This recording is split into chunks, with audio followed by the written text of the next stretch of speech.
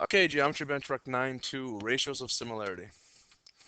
First problem just asks you for these different ratios. So if we have a side ratio of some figure to another similar figure is 3 to 7, then what's the ratio of the volumes?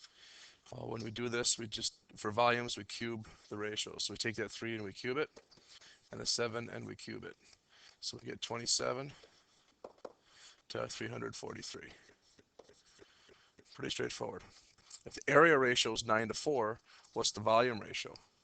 Now this is kind of tricky, I guess. I would go back through the side ratio.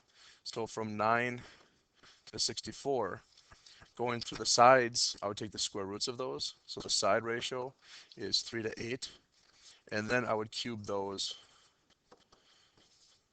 to get the volume ratio.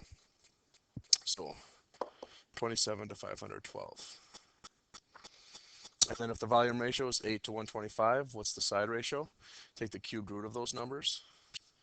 So basically the cubed root of 8 to the cubed root of 125. And you don't have to show me that work, but I'm just showing, kind of spelling it out there for you. So 2 to 5 ratio just for the sides.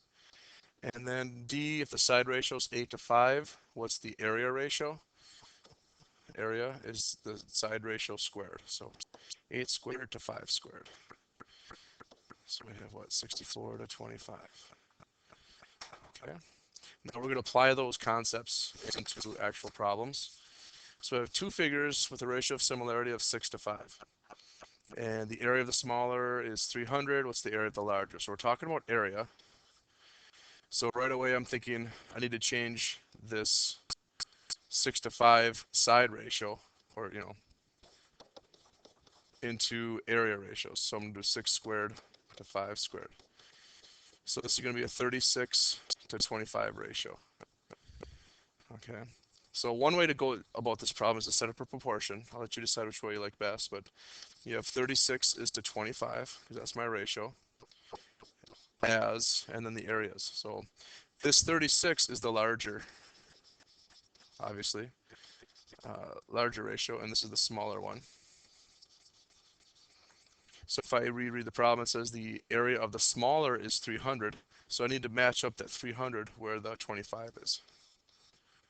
And I can find my answer that way. I cross multiply to 36 times 300 divided by 25.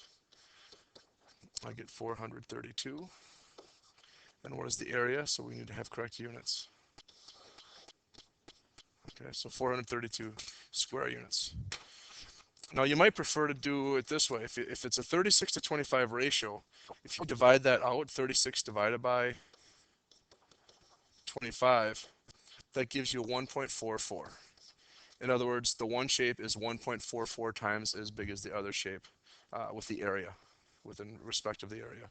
So if I take my smaller area, my 300, and just multiply times 1.44, I'll also get that same 432. So you just have to decide which method you like better. Want to just do this little problem here, or do you want to set up the proportion? And number 3. Two figures have a ratio of similarity of 2 to 3. If the volume of one is this, and the volume of the other, what's the volume of the other? So we have volumes. So right away I'm going to take my 2 to 3 ratio and cube them. So my volumes are not just going to be in the same ratio, they're actually going to be in a different ratio, a ratio of 8 to 27. Remember, when you cube 3, you get 27, not 9. And we can do the same problem, the problem the same way as we did before. If we want, we can set up the proportion. So 8 is to 27. And let me delete this out of here, erase that. The volume of the smaller is 60. So I'm going to put the 60 where the smaller number is. Just sort of lined up. So this is smaller, this is the larger one. And what is the volume of the larger figure? So just do this, cross multiply. 60 times 27 divided by 8. And I'll get 202.5. Now this is volume, so cubic units. That's the answer. Now if I want to go back to that other method, like that way, just take that 8 to 27. If I do 27 divided by 8, I'm going to take the larger divided by the smaller. I get 3.375. So the one volume is 3.75 times larger than the other volume. So if I know the smaller volume is 60, I can just multiply it times 3.375. And that gives me the same answer. So if you prefer to do it that way, that's totally fine. Just show me that work. That's it.